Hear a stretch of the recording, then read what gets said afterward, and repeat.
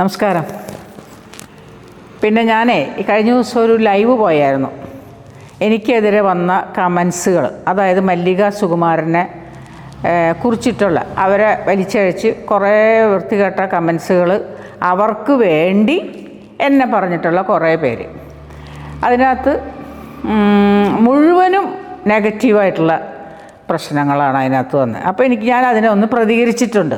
അപ്പോൾ ഇപ്പോൾ അതിട്ടതിന് ശേഷം എന്നെ പലരും, എനിക്ക് ഏറ്റവും വേണ്ടപ്പെട്ട എൻ്റെ ഫ്രണ്ട്സുകളും എനിക്ക് ഏറ്റവും വേണ്ടപ്പെട്ട എൻ്റെ പേജിലുള്ള എൻ്റെ ആൾക്കാർ മൊത്തം എന്നെ ചിലർ, എല്ലാവരും അല്ല, ചിലരൊക്കെ അത് അവർ പറഞ്ഞത് കേട്ടിട്ടുണ്ട്, മല്ലിക പറഞ്ഞത് അവർ കേട്ടിട്ടുണ്ട്.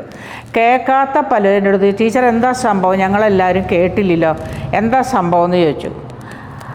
ഞാൻ പറഞ്ഞ ആ സംഭവം ഞാനിപ്പോൾ ഇടുകയാണ് ഇതിനകത്ത്, എൻ്റെ പേജിലൊന്ന് ഇടാമെന്ന് വിചാരിച്ചു. അപ്പോഴതിന് വ്യക്തമായൊരു ധാരണ എല്ലാവർക്കും വരും.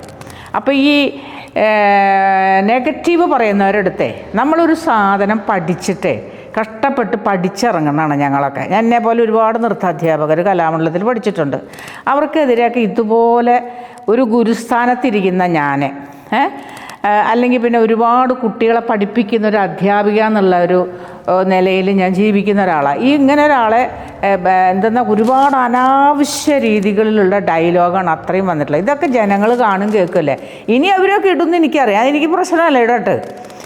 അപ്പോൾ ഇതൊന്നുമല്ല ഞാൻ മല്ലിക സുകുമാരനെതിരെ സംസാരിക്കുന്നതിന് ഉള്ള ഒരു കാരണം, അല്ലെങ്കിൽ സത്യമായ ഒരു സത്യം അത് നിങ്ങളിൽ ഒന്ന് അറിയിക്കണം തോന്നി.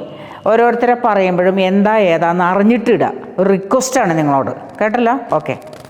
ഈ പറയുന്ന കലാമണ്ഡല സത്യഭാമ ഒറിജിനൽ സത്യഭാമ ടീച്ചറല്ല. കലാമണ്ഡല സത്യഭാമ ടീച്ചർ മരിച്ചില്ലെന്ന് 50 പേര് ചോദിച്ചു. ഞാൻ പറഞ്ഞു, നിങ്ങൾ ഉദ്ദേശിക്കുന്ന ടീച്ചർ മരിച്ചു, ഇത് വേറെ ഡ്യൂപ്ലിക്കേറ്റ് ഡമ്മി.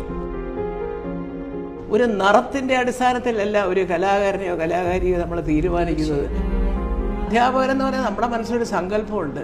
അത് അധ്യാപികയാവട്ടെ, അല്ലെങ്കിൽ സാഹിത്യകാരിയാവട്ടെ, അല്ലെങ്കിൽ ഒരു വക്കീലാവട്ടെ, പറയുന്ന ഭാഷയ്ക്കൊരു സഭ്യത വേണം. ഈ പറയുന്ന ആരും വെളുത്ത് മതാമ്മയോ ഇവര് മോഹിനിയാണെന്നോ തന്നെത്താൻ പറയാ. ഒരു മോഹിനി പറഞ്ഞാൽ നമുക്ക് സമ്മതിച്ചു കൊടുക്കാം. മോഹിനിയുടെ 7 അയലത്ത് വരാത്തവരും കൂടെ മോഹിനി ആയിരിക്കണം കളിക്കുന്നതെന്നൊക്കെ പറഞ്ഞാൽ അങ്ങനെയൊന്നും പറയല്ലേ ഈശ്വര. ലേവലെടുത്ത് കളയാൻ പറയണം കലാമണ്ഡലം എന്നുള്ളത്. വേറെ ആര് പറഞ്ഞാലും പോട്ടെ, ഒരു അധ്യാപിക ഇത് പറഞ്ഞപ്പോഴാണ് നമുക്ക് ഞെട്ടിപ്പോയി. ഞാൻ ഇങ്ങനെ പ്രതികരിച്ചിട്ടില്ല ഒരിടത്തും. എനിക്ക് അത്രയും സങ്കടമുണ്ട്, അല്ലാതെ ദേഷ്യമല്ല അവരോട്.